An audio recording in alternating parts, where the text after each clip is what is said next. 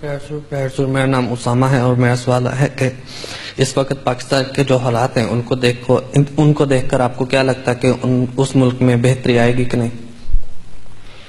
ہم دعا کر سکتے ہیں کہ بہتری آ جائے، اگر تو یہی حالات رہتے ہیں قائم اور اسی طرح مولویوں کے ہاتھ میں رہتا ہے سب کچھ، تو تم بھول جاؤ اس بات کو کہ عمران خان یا طاہر القادری کو انقلاب لے آئیں گے، وہاں کچھ بھی نہیں ہوگا. ٹھیک ہے؟ جو بڑے لوگ خط لیتے ہیں کہ عمران خان کو ہم نے دیکھا کہ بس وہ آسمانوں پر اڑ رہا ہے، وہ بھی کوئی نہیں اڑ رہا ہے. یہ سب باتیں ہیں. اللہ تعالیٰ نے جو بہتری لانی ہوگی تو احمدیوں کی دعاؤں سے آئیں گی، اور احمدی کس حد تک دعائیں کرتے ہیں یہ تم لوگوں کو ڈیپینڈ کرتا ہے. ٹھیک؟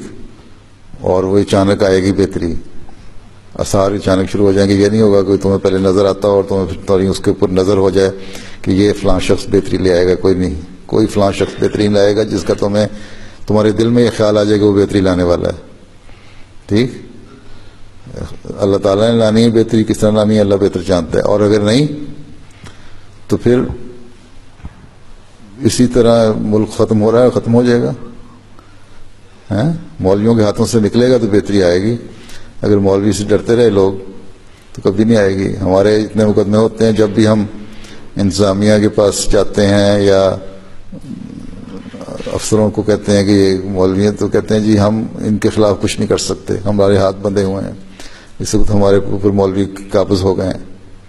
اگر مولوی حکومت کر رہے ہیں تو پھر کبھی بہتری نہیں آ سکتی، پھر تباہی آ سکتی ہے. اور تباہی کس طرح آئے گی؟ تباہی تو آ رہی ہے.